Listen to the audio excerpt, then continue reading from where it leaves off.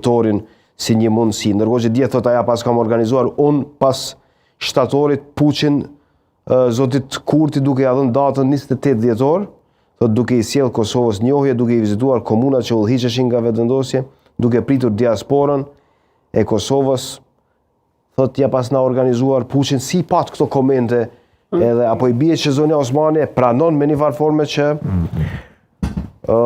ka funksionuar në të mirën e një subjekti politik që po i bie në lëvizje vetëvendosje. Ne që opozit i kem pa këta bashkë në gjithë kohën. Pra ne vetëm tash shohim që janë da. Po gjatë gjithë rrugtimit i kemi pa bashkë, edhe Zonin Osmani, edhe Kurtin, edhe mendoj që kjo tash akuza që i bëhet presidentes ose Zonis Osmani për puç është e dëshmon edhe frikën, sa e madhe frika në anën tjetër nga Zonja Osmani. Pra që ta akuzosh dikon për puç, në të njëjtën kohë ka ja njeh edhe disa fuqi, pra pas ka fuqi me bo puç dikush, që i vjen është ekuivalent me fuqinë tane. Pra se puç nuk mundet me bo dikush që se ka një fuqi të puçit.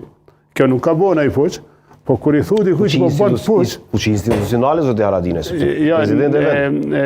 Ideja është ndryshe se veprimet në diskrecion të institucionit ato ekzistojnë si e drejt kushtetuese, po ta konsiderojsh puç atë veprim, i ka jep një fuqi të madhe.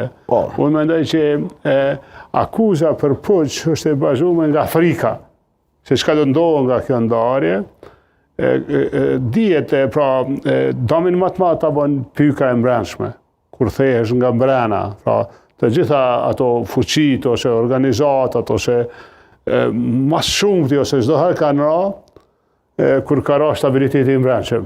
Jo për shkak të sulmeve të jashtme, sulmet e jashtme në shumicën e rasteve të mbrojnë, të fuqizojnë, të unifikojnë, thymja e mbrëmshme ose pyka e mbrëmshme ta bën domin më të madh.